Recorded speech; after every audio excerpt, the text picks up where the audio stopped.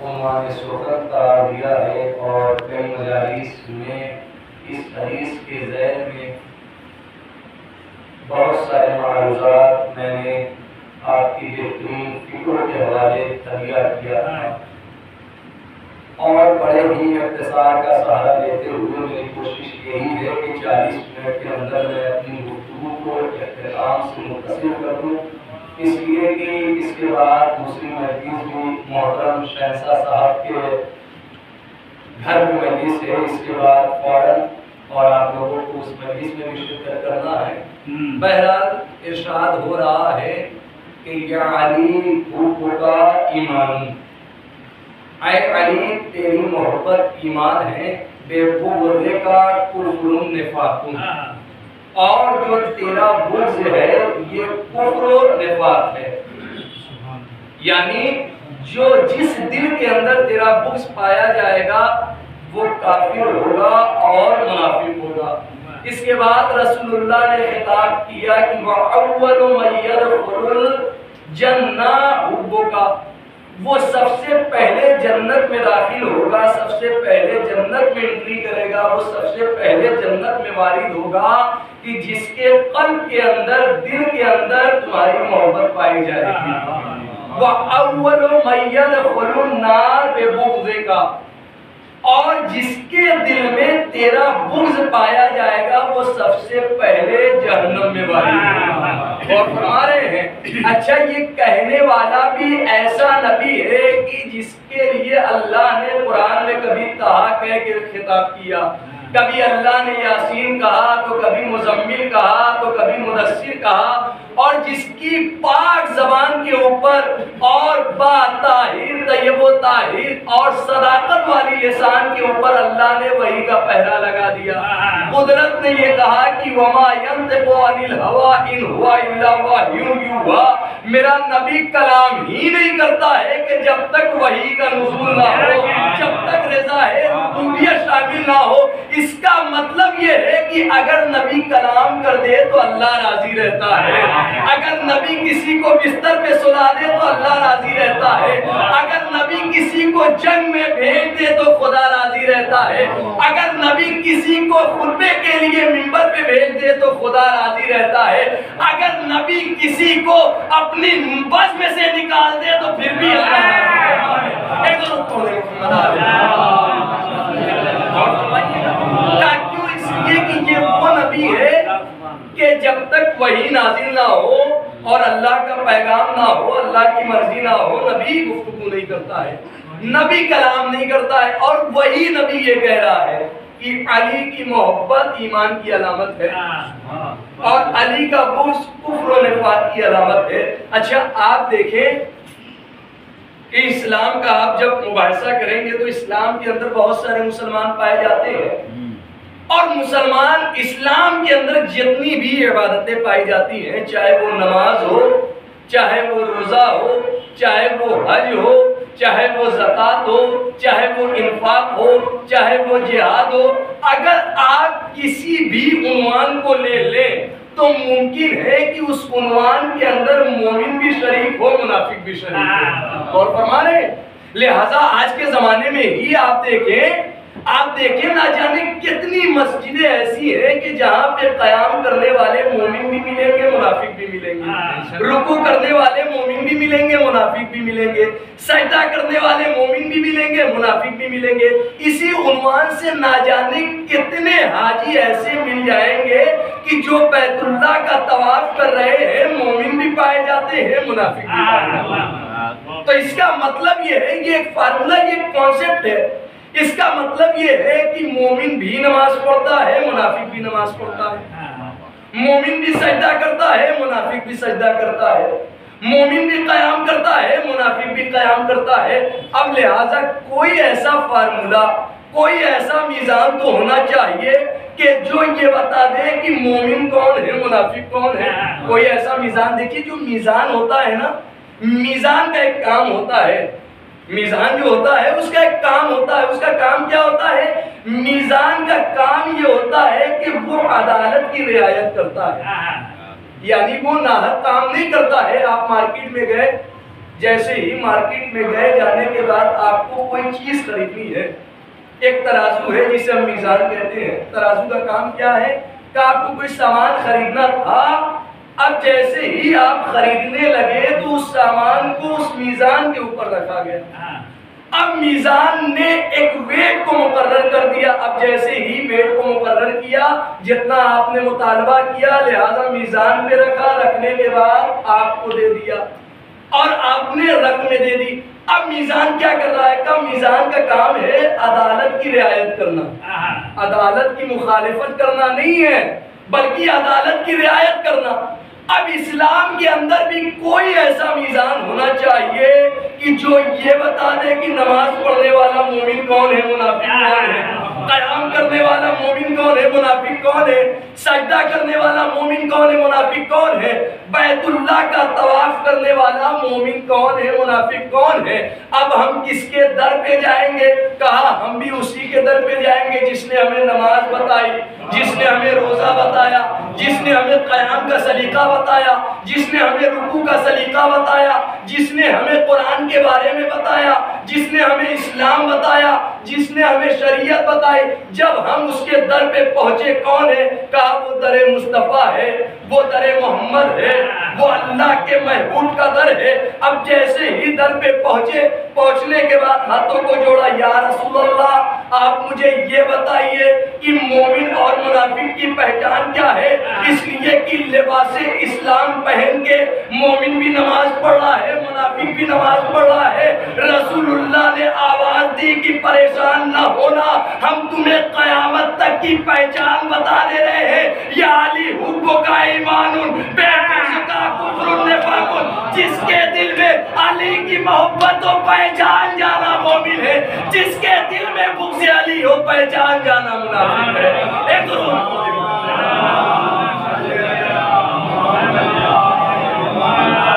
چمن چمن کلی کلی، ڈگر ڈگر گلی گلی، نعرے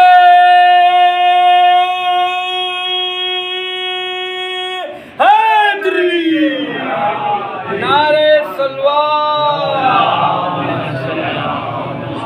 محسوس کر رہے ہیں رسول اللہ نے ایک فارمولہ بتا دیا، ایک میزان بتا دیا کہ پیشانی کے نشان اور عبادت کی کثرت دیکھ کے یہ محسوس نہ کر لینا کہ یہ مومن ہے۔ بہت زیادہ مسجد میں آنے جانے سے یہ نہ محسوس کر لینا کہ یہ بہت بڑا مومن ہے۔ لہٰذا اگر اس کے دل میں علی کی محبت ہے اور وہ مسجد میں جا رہا ہے، قیام کر رہا ہے، رکوع کر رہا ہے، سجدہ کر رہا ہے، عشق علی لیے ہوئے کر رہا ہے تو پہچان جانا مومن ہے۔ لیکن پیشانی کے نشان دیکھ کے دھوکہ نہ کھانا، اس لیے کہ پیشانی پر نشان رکھنے والا منافق بھی ہو سکتا ہے۔ اور بہت سارے ایسے مل جائیں گے، آپ اسلامی جو ہے وہ ایسا کریں، نہ جانے کتنے ایسے مل جائیں گے کہ آج اسلام کو مجروح کر رہے ہیں، شریعت کو مجروح کر رہے ہیں، دین کو رسوا کر رہے ہیں اور وادی زلزلیت میں داخل کر رہے ہیں اور مسلح پہ جا رہے ہیں، عبادت پہ عبادت کر رہے ہیں۔ کہا کہ اللہ ایسی عبادت کا محتاج نہیں ہے، اس لیے کہ اللہ کو وہ عبادت چاہیے کہ جو حصار ہے عشق اہل بیت میں۔ غور فرمائیے گا، ایسی عبادت خدا کو چاہیے۔ آپ دیکھیں کہ پروردگار عالم نے انسان کو جو بنایا ہے اور شیطان کو بھی اللہ نے بھیجا ہے، شیطان کا کام کیا ہے؟ شیطان کا کام ہے بہکانا۔ ابھی میں روایت پڑھوں گا، شیطان کا کام ہے بہکانا۔ اور یہ یاد رکھیے گا کہ شیطان جو ہے زیادہ سے زیادہ جو بہکانے کی کوشش کرتا ہے علی کے چاہنے والوں کو، علی کے چاہنے والوں کو کوشش کرتا ہے۔ ممکن ہے کہ ایک انسان علی کی محبت نہ رکھے ہوئے مسجد میں جا رہا ہو، شیطان اسے نہ بہکائے، لیکن اگر کوئی انسان عشق علی میں فرش حسین پہ آ رہا ہو، شیطان بہکائے۔ لہذا شیطان بہکائے۔ آپ دیکھیں کہ ایک یہودی تھا اور اس نے یہی دیکھا کہ ہم اتنی عبادت کر رہے ہیں، ہم جو بھی ہمارے عمرات تھے، جو بھی اس کا کلچر تھا، اتنی عبادتیں کر رہے ہیں، لیکن شیطان ہمیں کسی عنوان سے بہکاتا نہیں ہے۔ لیکن علی کے چاہنے والے عبادت کرتے ہیں تو شیطان بہکاتا ہے، شیطان بہکانے کی کوشش کرتا ہے۔ وہ آتا ہے، آنے کے بعد مولا سے کہتا ہے کہ مولا میں نے سنا ہے کہ جب آپ کے چاہنے والے عبادت کرتے ہیں تو ان کے ذہنوں کے اندر مختلف خیالات آتے رہتے ہیں، ان کے ذہنوں کے اندر مختلف تعبیر آتی رہتی ہے اور شیطان بہکاتا رہتا ہے، لیکن ہم عبادت کرتے ہیں، شیطان نہیں بہکاتا ہے۔ آپ کا دین بھی حد پہ ہے، آپ کی شریعت بھی حد پہ ہے، آپ کا خدا بھی حد پہ ہے، آپ خود حد پہ ہے، لیکن اس کے باوجود بھی شیطان بہکا رہا ہے۔ امیر المومنین نے اس سے کہا کہ اچھا یہ بتا کہ اگر کسی علاقے میں ایک انسان کے دو گھر ہو، ایک گھر ایسا ہو کہ جو کسی امیر کا ہو، ایک گھر ایسا ہو جو کسی غریب کا ہو، غور فرمائیے گا، یعنی دو گھر ہو، ایک امیر کا ہو اور ایک غریب کا ہو، اور چور چوری کرنے کے لیے چلا جائے تو کہاں چوری کرنے کے لیے جائے؟ آپ ہی مجھے بتائیے کہ اگر ہمارے علاقے میں کالی محل میں دو مکان ہو، ایک مکان ایسا ہو کہ جو 5 فلور کا بنا ہوا ہو اور بڑا خوبصورت بنا ہوا ہو، باہر سے نظر آ رہی ہے کہ اے سی لگی ہوئی ہے، ٹائلس لگی ہوئی ہے، بینک بیلنس اچھا ہے، اور اسی کے بغل میں ایک مکان ایسا ہو کہ جو بالکل ٹین کا مکان ہو، لہذا نہ پلاسٹر ہو نہ حسن رونما ہو، بالکل نارمل مکان ہے، اگر علاقے میں چور انٹری کرے تو مجھے آپ بتائیے کہ چور چوری کرنے کے لیے کہاں جائے گا؟ ہر انسان یہ کہے گا کہ چور چوری کرنے کے لیے امیر کے گھر جائے گا۔ اب یہ سوال پیدا ہوتا ہے نا کہ امیر کے گھر کیوں جائے گا؟ کہا اس لیے جائے گا کہ چور جب امیر کے گھر جائے گا تو جو اس کی ضرورت کی چیزیں مل جائیں گی، اسے سونا بھی مل جائے گا، درہم و دینار بھی مل جائے گا، اسے قیمتی سے قیمتی چیز مل جائے گی۔ لیکن اگر کسی غریب کے گھر چلا گیا، کسی ٹین والے مکان میں چلا گیا تو نہ اسے دولت ملے گی، نہ اسے سونا ملے گا، کچھ نہ ملے گا، بلکہ پکڑا جائے گا، پیٹا جائے گا۔ اور فرمائیے گا کچھ نہ ملے گا۔ اب میرے مولا نے کہا کہ سنو، چور چوری کرنے کے لیے کہاں جائے گا؟ اب اس یہودی نے بھی یہی کہا کہ آقا چور چوری کرنے کے لیے امیر کے گھر جائے گا۔ اب میرے مولا نے پوچھا کہ یہ بتاؤ کیوں جائے گا؟ کہا اس لیے جائے گا کہ وہاں جائے گا تو ضرورت کی چیزیں دستیاب ہو جائیں گی، لیکن غریب کے گھر جائے گا کچھ نہ ملے گا۔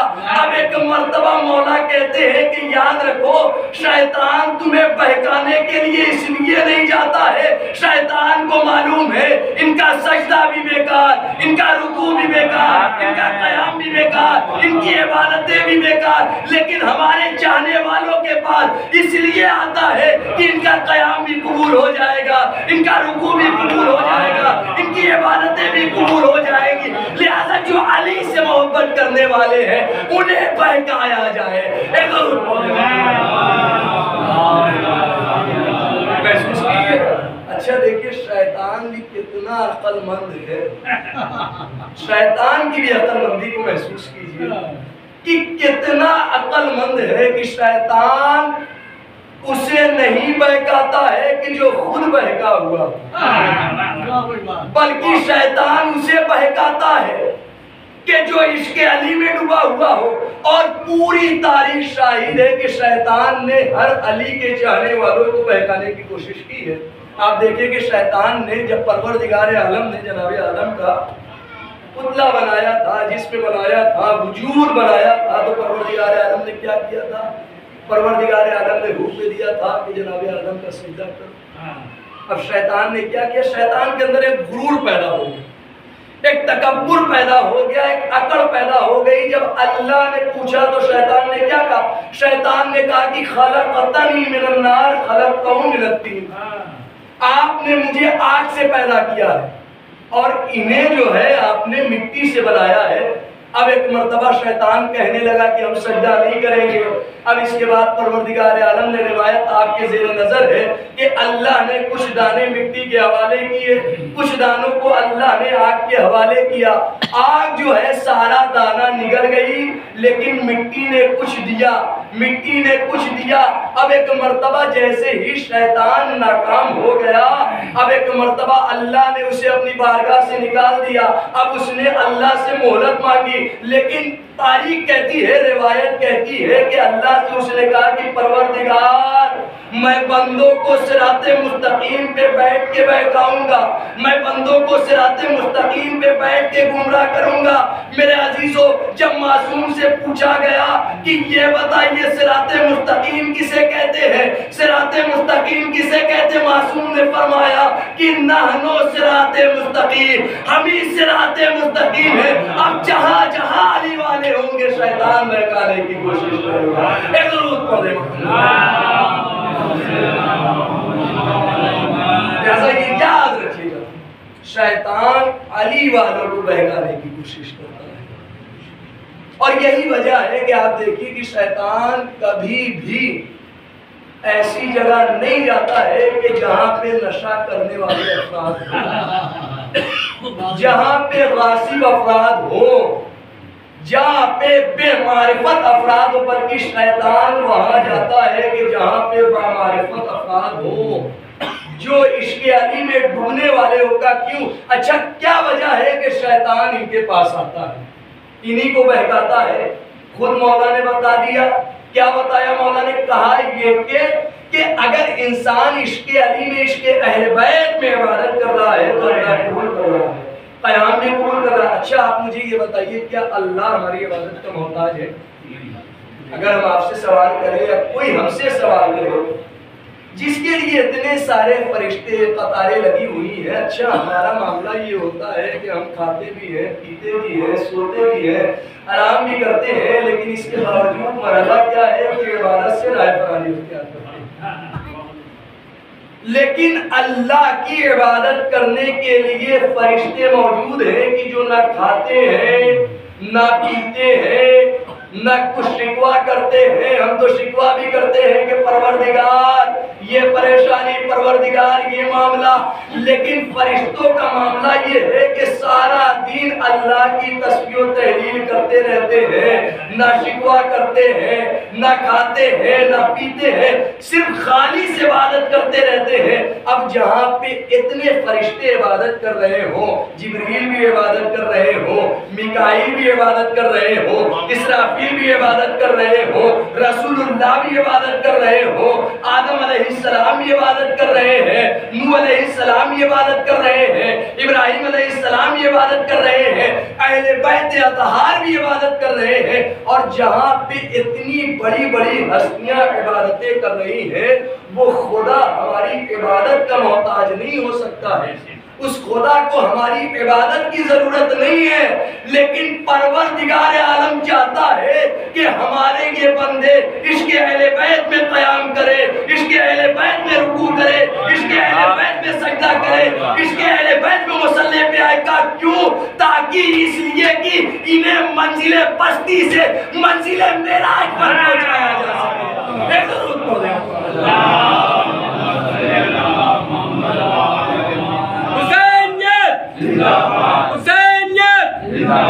حسینیت نعرہ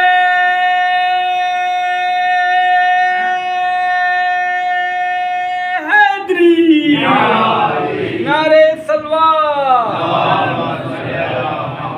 محسوس کر رہے ہیں اللہ عبادت کا محتاج نہیں ہے, بس خدا یہ چاہتا ہے کہ ہماری عبادتیں مودت اہل بیت میں ہوں, تاکہ اس عبادت کے عوض میں اللہ ہمیں منزل پستی سے منزل کمال تک پہنچا دے, منزل معراج تک پہنچا دے, اور ہماری عبادتیں اللہ کی بارگاہ میں قبول ہو جائیں. آپ دیکھیں کہ اگر دو فقیر ہوں, اور فرمائیے گا, دو فقیر ہوں, ایک فقیر ایسا ہے کہ جو 100 دروازے پہ جاتا ہے بھیک مانگنے کے لیے, کسی نے آٹا دیا, کسی نے چاول دیا, کسی نے کچھ دیا, کسی نے کچھ دیا, لیکن اس کے پاس ایک جھولا تھا.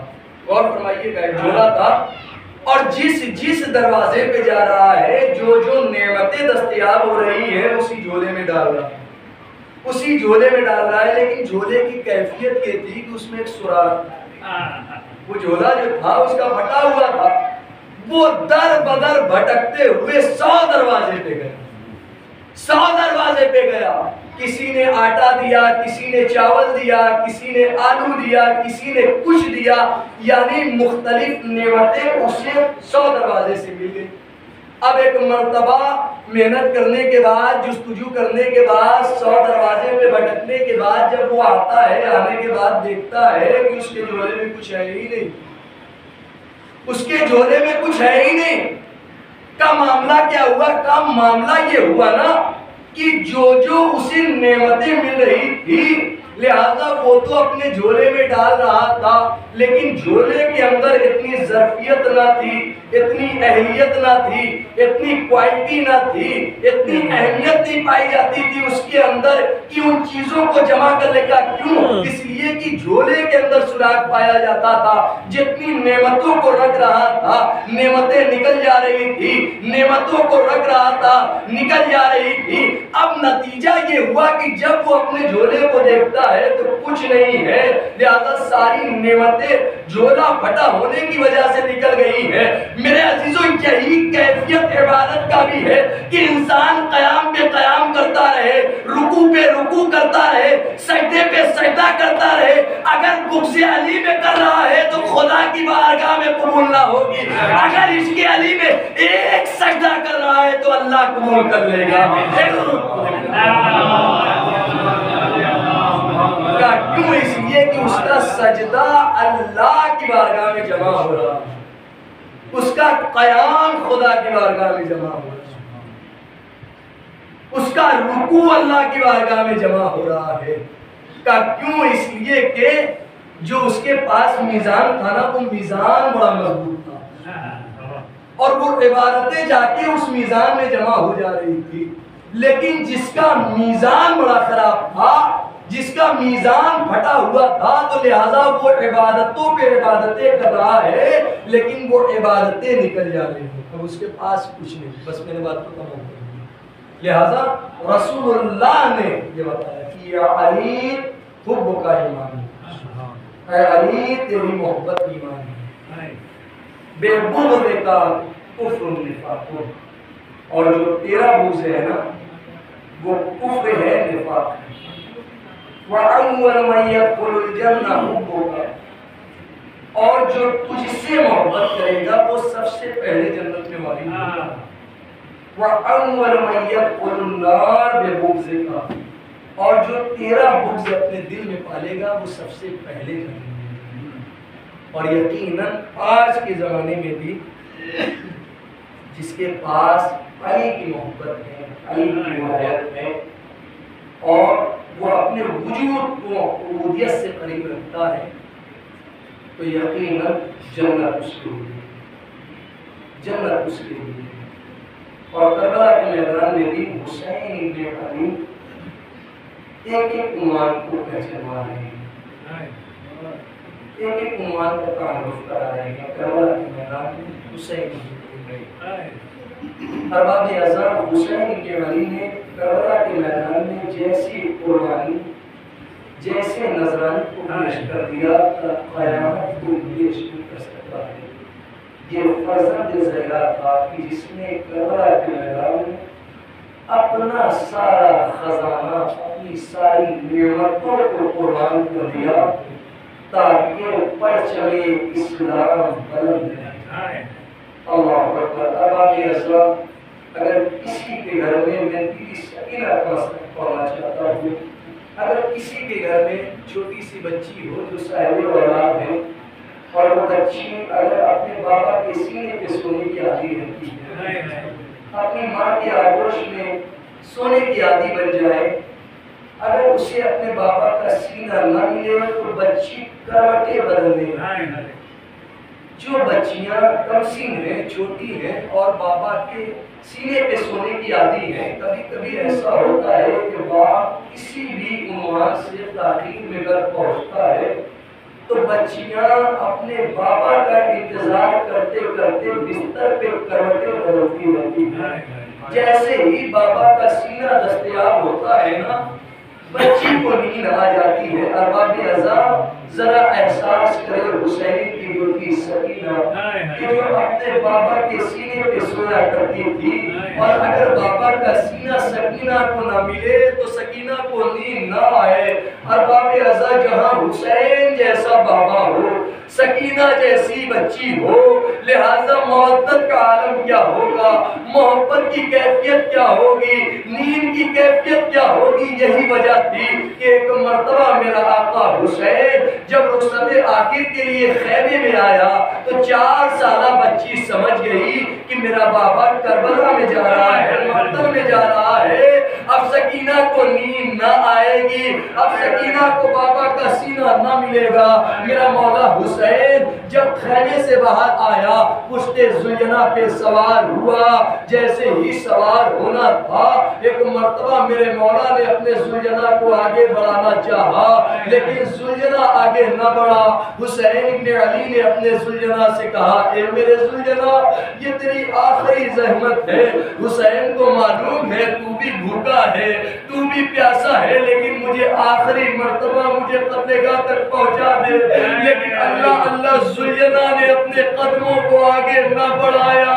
اب ایک مرتبہ حسین ابن علی نے کبھی دائیں دیکھا تو کبھی بائیں دیکھا، کبھی آسمان کی طرف دیکھا، ایک مرتبہ زلینا کے سیبوں پہ نگاہ پڑی، کیا دیکھا؟ چھوٹی سی بچی سیبوں سے لپٹ کے بیان کر رہی ہے، اے میرے بابا کے زلینا، ارے میرے بابا کو نہ لے جا، میرا چچا باز گیا واپس نہ آیا، میرا بھائی علی اکبر گیا واپس نہ آیا۔ اور باب عذاب بچی سیموں سے لپٹ کے بیان کر رہی ہے۔ میرے مولا نے جیسے ہی سکینہ کے بیان کو سنا، میرا مولا پشت زلینا سے زمین کربلا پہ آیا۔ آنے کے بعد سکینہ سے کہا، سکینہ اپنے بابا کو نہ روکنا، تیرا بابا وعدہ طفلی پورا کرنے کے لیے جا رہا ہے، تیرا بابا بقائے دین کے لیے جا رہا ہے۔ اللہ بچی نے ہاتھوں کو جوڑ کے کہا، بابا میں آپ کو نہ روکوں گی بابا، لیکن مجھے اتنا بتا دیجئے آپ تو جا رہے ہیں، سکینہ کیسے سوئے گی؟ ایک مرتبہ حسین نے کہا، بیٹی اپنی ماں کے پاس سونا۔ بچی نے ہاتھوں کو جوڑ کے کہا، اس لیے سکینہ کو معلوم ہے میرا چچا عباس گیا نہر فرات پہ سو رہا ہے، میرا بھائی علی اکبر گیا کلیجے میں تیر پیوست ہوا، میرا بھیا قاسم گیا لاشیں پامال ہو گئے، اب حسین جا رہے ہیں۔ بچی سمجھ گئی کہ مجھے بابا کا سینہ نہ ملے گا، مجھے نیند نہ آئے گی۔ بچی فریادیں کر رہی ہے، بابا آخری مرتبہ سینے سے لگا لیجئے، اے بابا آخری مرتبہ سنا لیجئے۔ مقتل کہتا ہے کہ حسین ابن علی کربلا کی جلتی ہوئی ریت پہ لیٹے، اپنے ہاتھوں کو بلند کیا، سکینہ اپنے بابا کے سینے سے لپٹ جا۔ حسین کو بھی معلوم ہے ارے میری شہادت کے بعد سکینہ کو نیند نہ آئے گی۔ اب ایک مرتبہ سکینہ اپنے بابا کے سینے سے لپٹ گئی، سکینہ اپنے بابا کے سینے سے لپٹ گئی۔ میں کہوں گا مولا ارے سکینہ آج لپٹ گئی، لیکن آپ کی شہادت کے بعد یہی سکینہ ہوگی، شبر کا تماچا یہی سکینہ ہوگی، شبر کا نیزہ۔ بچی مقتل میں نکل کے فریاد کرے گی، آئین آئین ابھی، اے میرے بابا کہاں ہے، اے بابا سکینہ کو نیند کیسے آئے، اے بابا آپ کی شہادت کے بعد سکینہ سو نہ سکی، کبھی تماچے پڑے، کبھی گوشوارے چھینے گئے، واہ سکینہ واہ مظلومہ۔